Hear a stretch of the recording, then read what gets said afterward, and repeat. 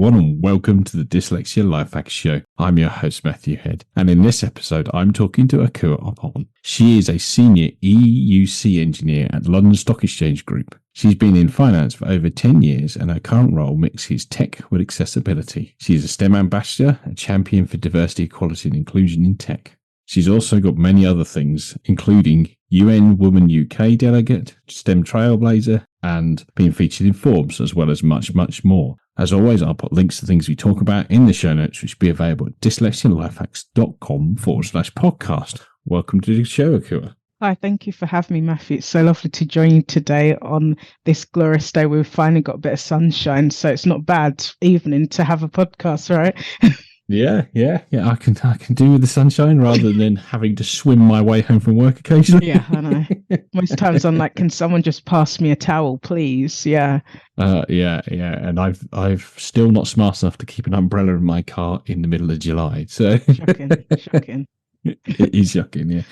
I feel like I shouldn't even have to take a jacket, but you know, England is good for this kind of stuff, isn't it? Yeah.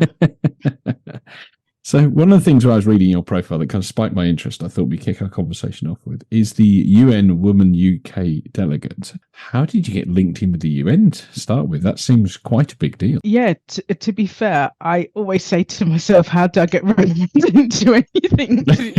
I seem to just walk down the street and then I'm pulled into something, to be honest. But no, in all honesty, the UN Women UK Delegate, so it was more voluntary role, and it started last year. So I've always been big on organisations that work on gender equality, and especially when they work on a lot of them regarding the sustainability development goals. So there's some regarding gender equality, poverty, climate change, and various others, because there's 17 in total. And just based on the work I do at LSEG, so outside of my day-to-day technology role, I work a lot with our women's network, both Women Inspired Network and Women Tech, or rather Win Tech Network here. And I saw someone post, one of my friends, about this opportunity to be one of the UN Women UK delegates, and what kind of enticed me about the role itself was not only that it was voluntary, so I was like, yes, I could do this outside of my day-to-day role, but what it stood for. And you get to listen to so many great seminars and talks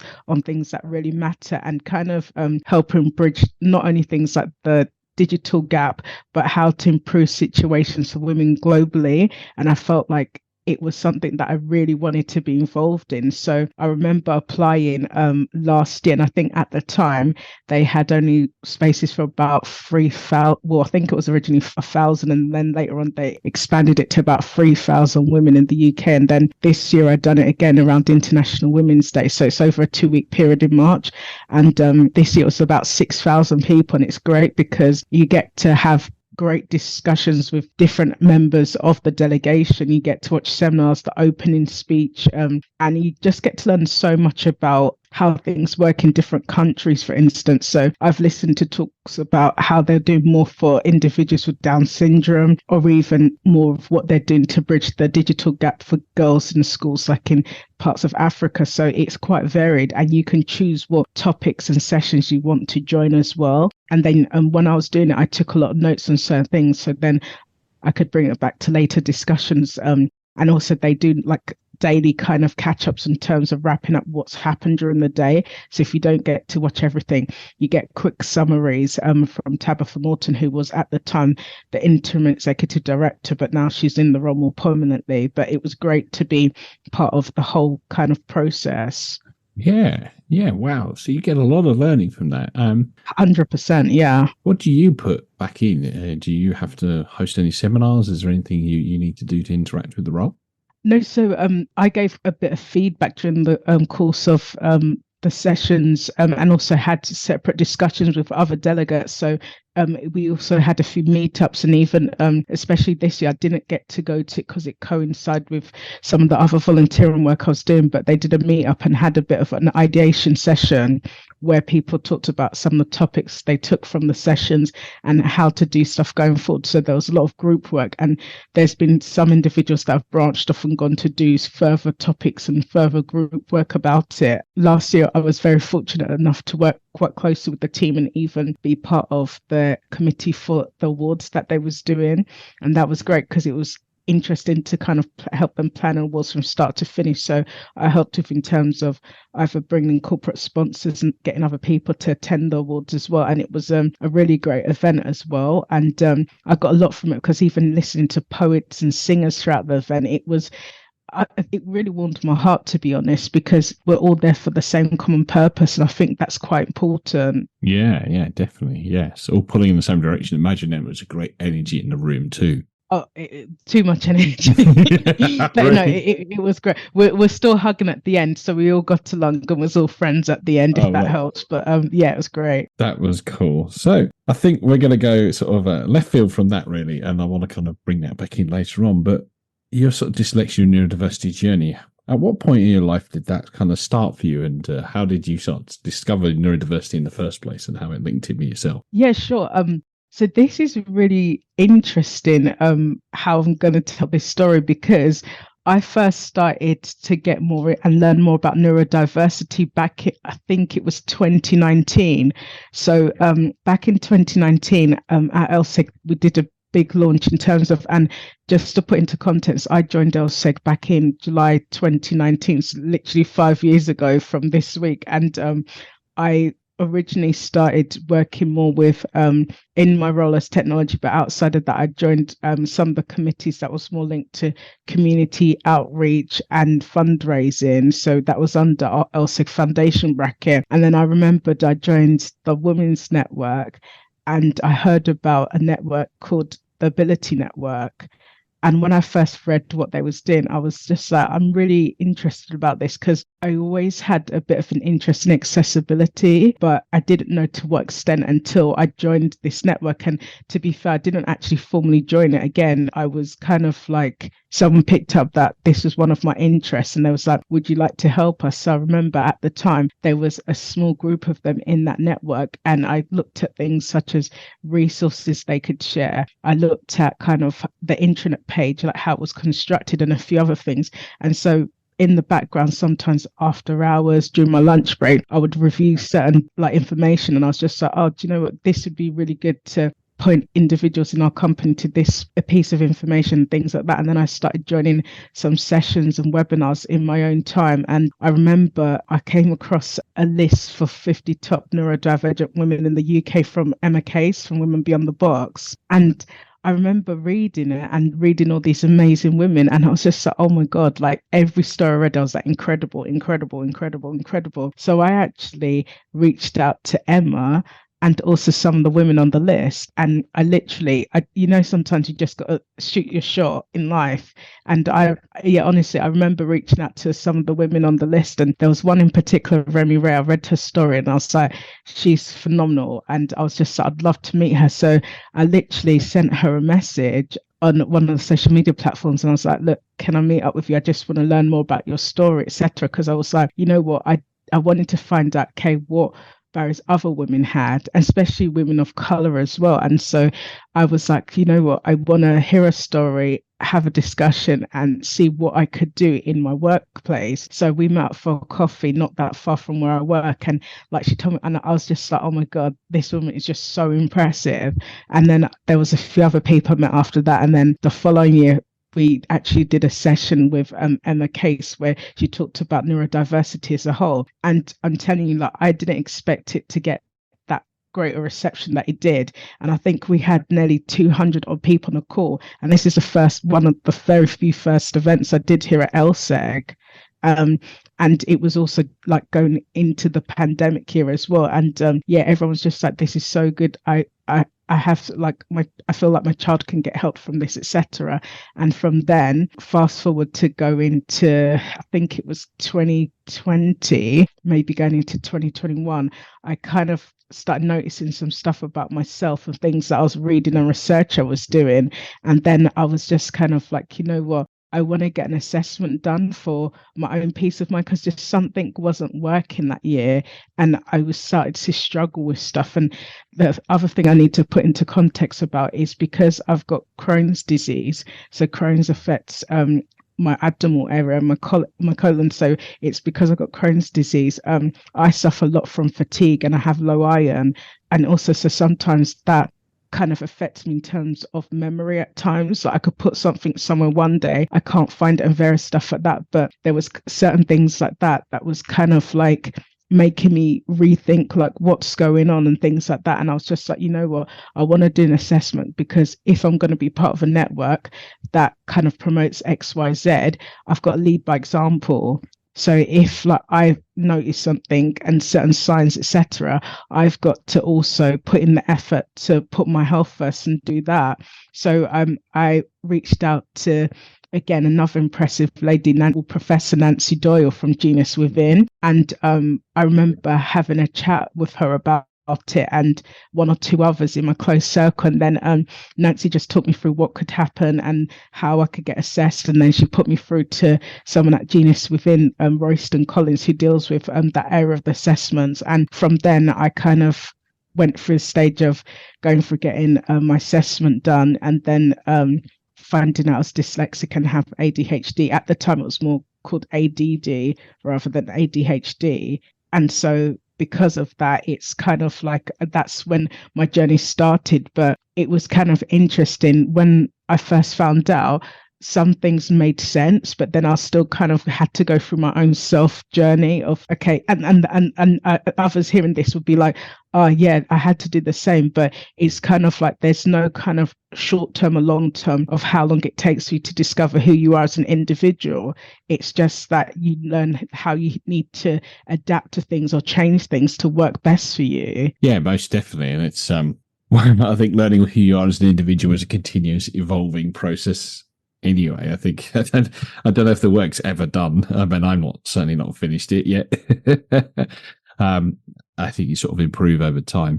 That's really interesting. You found out when you were quite heavily established in your career, and already you were actually joining a group about neurodiversity before you'd worked it out, and then put it into a really kind of interesting story. Rather, like quite a lot of people find out if they have kids and notice the traits. But did when you find out, you obviously already sort of embedded yourself in the network, which is quite handy to be already in the network and then realise that you went from sort of ally to the other side of being somebody with the neurodiversity. And how did you find things clicked into place after that? To be honest, I can't say they clicked into place. They're always for me still clicking into place, because I've always been an individual where I'm kind of I always want to make a difference and create change. And I don't think I changed too much, but it's just that I kind of went into myself where I was just like, okay, now that makes sense as why I did that as a child. And the thing is, sometimes some people might say that, oh, it goes back to some kind of child trauma or something like that. It doesn't. It's just more of a case of you understand how you was like a certain individual, had a certain personality trait as a child, but then as you get older, things change and it's different, because I always see it as kind of internal versus external factors. So it's kind of like, when I mean external factors, it's things that are in your environment that can sometimes affect how you can become as a person and things like that. But I've always was as a child quite introverted. My LinkedIn and my social medias does not show that whatsoever, but I was always quite introverted. I was like sometimes even doodling quite a lot. So I was quite creative. And then one thing that really stands out is when I was studying, I would always use different color pens. So it's color coded. So I would, let's say, have title one color, bullet points one color, and then headings another. And that's how I remembered stuff. And that is quite prominent if you speak to anyone that's neurodivergent, because a color coding is a kind of thing that kind of resonates and how you kind of remember stuff. Because and someone that's neurodiverse is quite, or neurodivergent rather, is quite a visual learner. So you see things in front of you like that. And I think that's quite important to kind of recognize and point out. And so, I just felt like I had to learn how to do things again, because it's kind of like when you're a child, it's kind of like your mind is like a sponge. So you pick stuff up a lot quicker. And it's kind of like let's say, for instance, like a toddler, a baby learning to walk, you have to do it gradually and stuff like that. And it's kind of like, as you get older, things in your life change, situations and things change, experiences sometimes change in individuals. So all I kind of was trying to be quite kind to myself and just be like, no, you can continue doing certain stuff that you do. But because I had exams at the time, I was like, I had to kind of learn how to relearn how to learn a lot of text and things like that. So I got a coach to help me with that, which was really useful, because at one stage, like I wouldn't say having a freak out moment, but I was kind of like, I've got these exams coming up, like right now that's my priority. And then I was just like, once my exams are done, I'll pick this up again. And that's what I did. And the reason I did that, some people might have been like, well, you neglected your own self-care. I didn't. It's just because I'd rather take care of one thing at a time rather than overload myself. And then I'm kind of struggling even more than I am. And the thing is, I said to myself, like, you know what, I have to kind of learn how to relearn stuff. And even like, let's say, because of the kind of line of work I'm in technology, some stuff is visual, but some things there's a lot of text, there's a lot of abbreviations, various stuff like that. So having to learn that, sometimes it takes longer. And I'm one of those learners that I like listen to stuff or rereading over stuff quite a few times, and then before I get it. And now it makes sense why, to be honest. Yeah, definitely. And I don't think, by what you're describing, neglecting your self-care is not what you have to do, but sometimes you do need to prioritize things, don't you? Like if you got a short-term deadline like your exams, it's like let's focus a resource here, and then I can clear this resource up to put it somewhere else, which makes me sound like such a middle manager. But in a more serious way, it's interesting, isn't it? Like you find something out and you've got like important exams for pushing your career, and you don't have to immediately jump on everything, do you?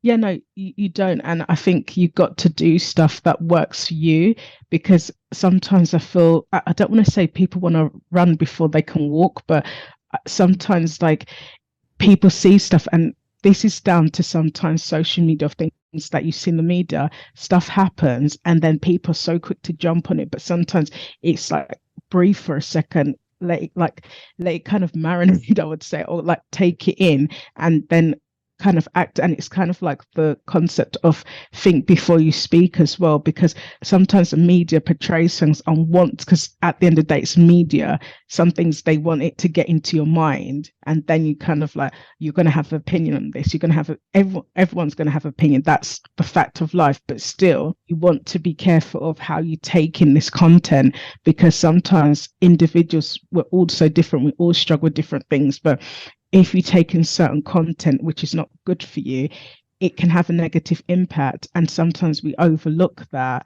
whereas how it can have a positive impact. So even, for instance, I started things like journaling and affirmations to help as a coping mechanism with certain things and challenges I faced. Yes, definitely. And I think that's a very important point with the social media. It's, you can fall down an algorithm black hole, and it can be a massive problem, and trying to find things out and not help with a lot of people's mental health. And particularly if a new kind of diagnosis on the horizon where you find out you're dyslexic with ADD or ADHD, and you start going down these various holes of things, it can lead you to somewhere that's not great. And in other ways, it's a really good tool for finding the right people to link with to have a positive experience. It's just being able to moderate it is really, really hard, if not impossible. Yeah, no, 100%. And even when I did my assessment, I had to learn about kind of things like, what does this mean? What does that mean? How does it mean for me in terms of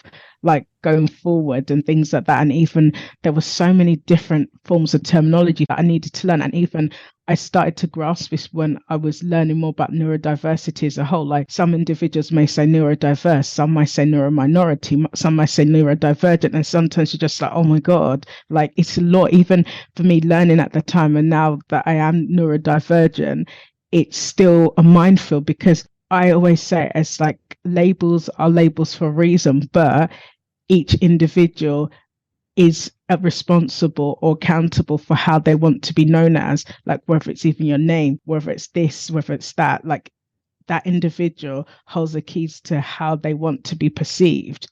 So you can't, if one person wants to call themselves neurominority, that's how they want to be known as. If someone wants to, because if you start putting labels on so many different things or saying, oh, but no, you're this, you're that, they're not. They're first and foremost a human being. They're an individual. So they should be allowed to say how they want to be known as. Yeah, most definitely. And yeah, I agree. And I think it can be tricky to learn all of them, but it's important to remember, particularly individuals you interact with quite a lot, that what their preferences are. Yeah, 100%. So, do you think your neurodiversity and dyslexia really got you interested in tech in the first place? I mean, it's tech and STEM is always a good hotbed for this kind of people, this kind of traits and stuff. I think hey. The visual thinking and problem solving always draws people into tech, I think. Yeah, no, to be honest, I think I was always destined to be in some form of STEM. And what I mean by STEM is like science, technology, engineering, or even STEAM, rather, arts, and then mathematics. And why I'd say that is because when I was about in my kind of late teenage kind of years, I actually wanted to be a pediatrician, a doctor that kind of looks after like adolescents and things like that. But like I after watching quite a few hospital dramas, and I'm a massive fan of hospital dramas like Grey's Anatomy, watched all seasons. I love anything with first responders and things like that, ER, etc. And I've got to say that at one stage I was just I can't, because I'm quite a soft soul, or like kindred spirit. And so I was just like, I remember watching an episode and there was a really poorly kid, and I was like, I cannot ever say anything like to a parent like, this is what's happening to your child and stuff like that, because I felt like it would break me as an individual because of how I am as a person. So I just thought to myself, I just couldn't do it. And so I went into other careers. Like I did a bit of St. John's ambulance stuff as well when I was a teenager, and then a bit at university. And then when I was kind of coming out of university, I then looked at joining the army. So in terms of joining the army, it was so that I could do emergency relief and also then be an intelligence officer, so I could do dual role rather. But unfortunately, like my family didn't want me to join the army, and like I know they tried to enlist me for about a year, and then like they kind of, it's not they gave up, but I was just kind of like, yeah, it's not happening. I've got to listen to my parents and all that stuff. So I was the good model child, or tried to be. So it was just, yeah, it's just one of those. And to be honest, that's, I think, one of my kind of lifelong regrets, because I really think that I would have loved to be in the army, not because and one thing I want to make it clear, people have this wrong perception. The army just don't go out there and start shooting at people, things like that. People forget that when it comes to certain natural disasters, things like that, the army have actually gone out there to help people in terms of like relief work and stuff like that. Yes, they do have that element of defense about it, but the army are also trained to do stuff like first aid out there and things like that. And actually they're the ones that have certain trucks and like vans and stuff to get equipment and food and other stuff to people as well when there's certain disasters in the world. So that was one of the reasons behind why I kind of wanted to get into it. And then when I didn't, I just kind of went and studied at university, finished my third year kind of thing. And then I didn't later on looked for a job in tech, but it was hard. I think it took about a year or two to actually get into a role in technology. Yes, I can imagine. I imagine that's quite a competitive field for people to get into. Yeah, but they was just like, you don't have enough experience and all this other jargon that they tell for like junior people, which is ridiculous. But it is what it is. But I got there in the end. Yes, most definitely. How do you find it? Do you find that you use some of your neurodivergent traits to assist you at work, particularly once you've got a diagnosis? You're like, I actually deploy this in my career to great effect. Yeah, no, because like I've always kind of like had a kind of analytical mind, and it's kind of like I'm a problem solver. Like sometimes I joke about it and I say to my friends, like literally I could have been in Olivia Pope's team from Scandal. I'm like one of the fixers, basically. And they're just like, what? And I'm like, I'm telling you, like seriously, because I'm a type of person, like if I have a problem, I will try to like have a resolution for it or find a solution. And I just like I try to solve as many problems as I can within the workplace and things like that. And even it's testament to some of the work I do with charities and stuff like that. I want to solve those issues for the charities I work with, like bridge the technology divide. If they don't have equipment, I'm going to try and find you equipment. I'm going to try and provide you pens, stationery, stuff like that. So school kids, everyone has the equal and fair amounts of resources to education and things like that. That's the kind of person I am. Yes. That does bring me on to the charity stuff, because your job for London Stock Exchange, yeah, I imagine takes a bit of mental resource up, and then you do all this other charity work and everything on the side. So I think my first question is, how do you manage all of that without completely frying your brain? Do you know what? I manage it because I get that extra energy because I care. So right, yes. Yeah, some of it is like I started it when I was probably about 14, 15 years, without showing my age. So I first started seriously, don't laugh. No, honestly, I know most people say you look like 12, and I'm like, thank you for that wonderful compliment, I appreciate it. But I first started when I was about 14, 15. So I did my first charity walk for Save the Children, and one of the reasons I kind of got into the charity sphere was it was actually quite sad. So I lost my grandparents on my mum's side when I was a teenager, and do you know it really hurt. It's like a pain that I've never ever felt before at that kind of age. And I kind of like, there was a time when I wouldn't even I'll go to school. It was hard to speak to people about how I was feeling. I was just like channeling all these emotions inside. And there was times when I'd either get angry or get upset because I was just hurting about it so much. And then when I saw something to do like a charity walk, that's kind of where I channeled my energy. And so for me, charity's always kind of been like, I don't know, I wouldn't say an escape mechanism because that's wrong, but it's rather been somewhere where I could channel that extra energy. And then after that, when I went to university, I remember during my placement year, a group of us got together in my technology team and a few others from the business, and we did a run for the Great South Run, actually, for children with leukemia. And then over the years, I've been doing runs and walks, abseils, you name it, for different charities, just because I just wanted to give back. And I sometimes, like, I hate watching the news and seeing people suffering. So I tried to think of ways where I could give back and raise money and stuff like that, because for me, it's just about not losing hope. And I know sometimes people are like, but hope is a useless word. It's not, because hope means have only positive expectations. So if you could give someone hope in one way, shape or form, why not? And that's kind of why I got into the charity space. And that's kind of why outside of my day-to-day role, like I do a bit of volunteering whenever I can. Well, with the sports is just because I love sports. I'm a sports fan, but with the charities, it just means so much, because I've been fortunate enough where people like took a chance on me. People have helped me when I've been down and gone through difficult times, and I just want to do the same for other people whenever I can. I know, like I'm not saying I'm Miss Perfect. I'm not the best person.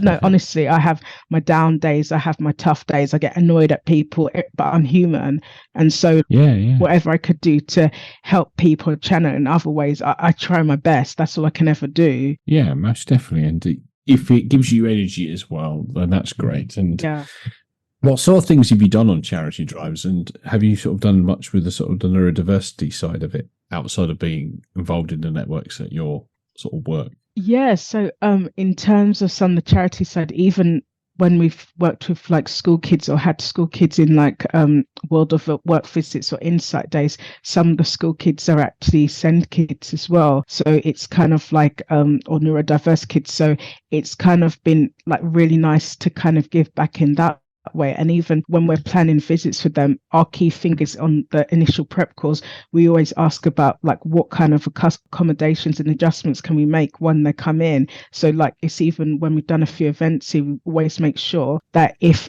it gets mentioned to us that there's a few individuals that are neurodiverse or neurodivergent rather, that we have a couple of quiet rooms. Like even like I've got a lanyard around my neck a couple of years ago.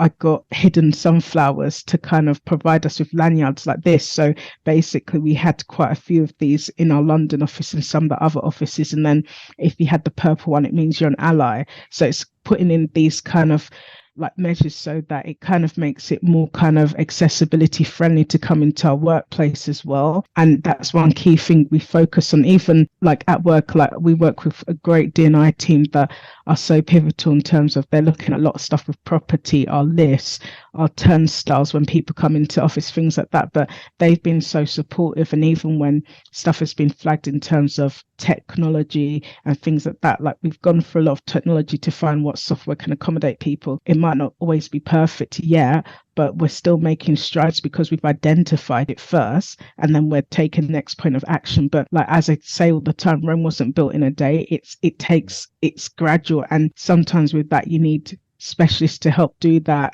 I've also worked with like school kids outside of work, like whether it's been in a bit of sport or even like recently I did the relaxed performances at the Royal Theatre. So there's an organisation that do relaxed performances for theatre shows in London. So I recently did the one with Matilda, and it was amazing. Like, it again was one of the best things I've ever done because I didn't know that existed. And it's brilliant. So they do loads of theatre shows, like they do Wicked, Matilda, The Lion King, and so many others. And basically, like at the start of the play, they have some of the actors and actresses like dressed in their normal clothing, and then they explain to the audience and kids to say like, look, we're going to put makeup XYZ, like don't feel scared if you need to leave the room and stuff like that. And with the relaxed performances, this is something they're trying to introduce more into plays and things like that. It allows like individuals can step out if it's becoming too much. They also minimize how much lighting they use for those performances, noise levels as well, so it accommodates individuals. They allow noise cancelling headphones in the auditoriums as well. The only thing is you can have your phones and iPads, especially for the kids if they want to like play on a device, but they just can't record in there or take photos. But kids are allowed to have it just in case like they need to just like get on something for a little while or something like that. And it's quite nice as well. And it's like the performances are still the same length of time, but it's just they explain more and things like that. And the volunteers that help out with those performances, they help a lot with the safety aspect of it. So for instance, if let's say I know Matilda and The Lion King, there's performances where they go down the middle stairs and aisles, just in case like a kid has had to step out for the moment or a parent has to take a kid out, the volunteers sit near the end of the aisles and kind of are in visible coloured shirts, so they stand up, so that alerts the actors or people around that like literally someone stepped into an aisle or someone's had to step out, because then they know like they could pause or change something slightly so to accommodate it, and it makes it safe for the kids and the parents. So it's really good. Yeah. And that's I mean they're pretty significant shows, West End shows. So and how many in a show's run do you think they do of these relaxed performances?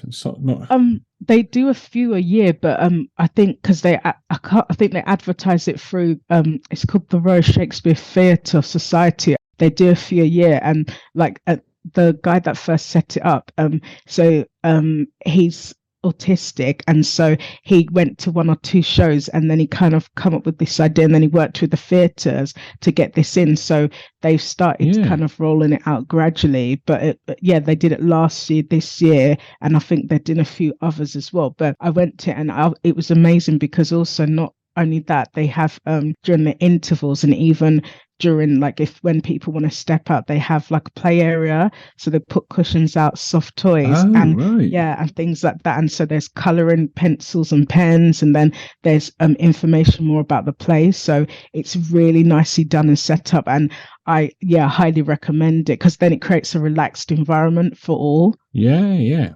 And how does people still not allowed to talk and stuff while the show's on to sort of not interrupt the kind of everybody the enjoyment of the show and stuff? Yeah, like let's say they allow it to a certain degree, like people can talk and stuff like that, but it's just that again, it's kind of like because there's others in there, you don't want to kind of explore the performance for others, but still, like it is more kind of like they allow us certain things that they wouldn't at kind of other shows, but it's kind of nice anyway. But they go through kind of like T's and C's with the audience, and there's loads of things that they set out as well, so that it kind of makes them known, okay, when there's loud noises, because even there's a bit of a script, so it kind of highlights when there's loud noises, when there's bright lights and things like that, so it kind of makes sure that people are aware before it happens, which is nice. I see. That's really it's really fascinating finding how something like well established like theatre is adding to accessibility and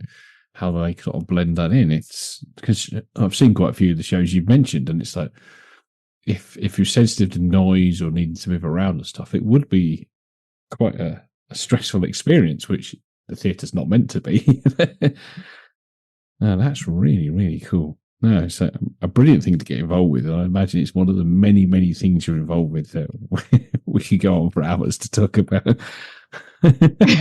Yeah, no, that's a new one that because I was trying, because one of the reasons that I wanted to try out is because as part of my role at LSEG, like this is outside some other charity stuff I do personally, but it was when we're bringing in a kind of new charity partner and things like that.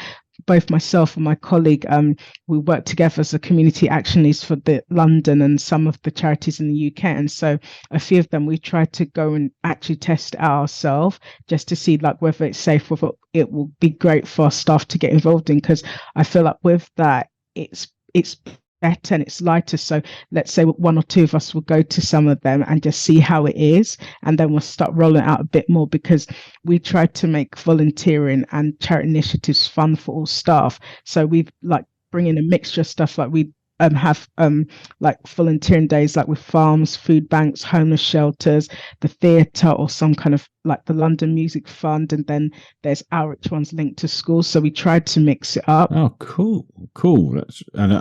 That's a great way of getting other members of staff involved in it, if you can make it a fun thing, and I guess bake it into the company culture at that point. Yeah, sure. Yeah, cool. So every guest that comes on this podcast gets 3 rapid fire questions from me to round the episode out. So be nice. Yeah. Everybody gets the same. So they don't need rapid fired answers from yourself, but they are quick questions from me. So I'll try to nicely break you in question number 1. Sure. Question number 1 is, what prejudice have you had about dyslexia that's been proven wrong? Oh, I would say even poor spelling. Yeah. Yeah. Because even though I found I was dyslexic in adult age, I was still relatively good at spelling as a child. So I did spelling bees and things, but I really? Still, okay. Yeah. So I still was relatively great. Yeah. Yeah. I think that is interesting, a misconception that way, but I wonder if that sort of stopped any sort of warning signs earlier on coming on, because you were entering spelling bees and dyslexics, this spelling thing. Right, rapid fire question number 2. If an alien landed and you had to describe dyslexia to them, how would you do it? First of all, I'd say take me back with you. I'll be like, yeah, because on this earth, my God. Yeah, no. If I was to describe dyslexia to them, I would say dyslexia can be associated with difficulties in literacy, but some individuals are not aware of like other skills, and some of the strengths you have from dyslexia could be things like 3D visual thinking, verbal skills, and long-term memory. And I think that sometimes people take that for granted, and sometimes people associate dyslexia as having difficulty with words as well, and how they kind of verbalize certain things, like in terms of processing speeds. Yeah, definitely. And you'd explain this in the spaceship on the way back with them? Yeah. I'll be like, beam me up. Take me with you. Yeah, take me with you. Take me with you. Cool. A rapid fire question number 3. And seeing as this is the Dyslexia Life Hack show, what is your favorite dyslexia life hack? Favorite dyslexia life hack? Yeah. To be fair, I try to use Grammarly a lot, but also I definitely still stick to like different colors for writing text and things like that. Yes. Yeah, no, because I feel like it just helps me vastly, and just because I'm a visual learner, that's how I kind of learn better, I would say. Like even when I'm doing like training for compliance, which we have at work, like it feels like every single month, and it's tiresome. Sorry if my bosses are listening, but I'm telling you the truth. Basically with that, I tend to have to go through the videos like twice. So the first time I just like go through it, and then the other times I'd pause and kind of like just run through as well and make notes as I'm doing it. So because I'm more of a visual learner, it's always a case of videos and taking notes and color coordinating them. Cool. Or even mind maps some people might use. But yeah, cool. Well, that leads me to ask you if there's anything you'd like to add, and where can people find you if you'd like them to find you?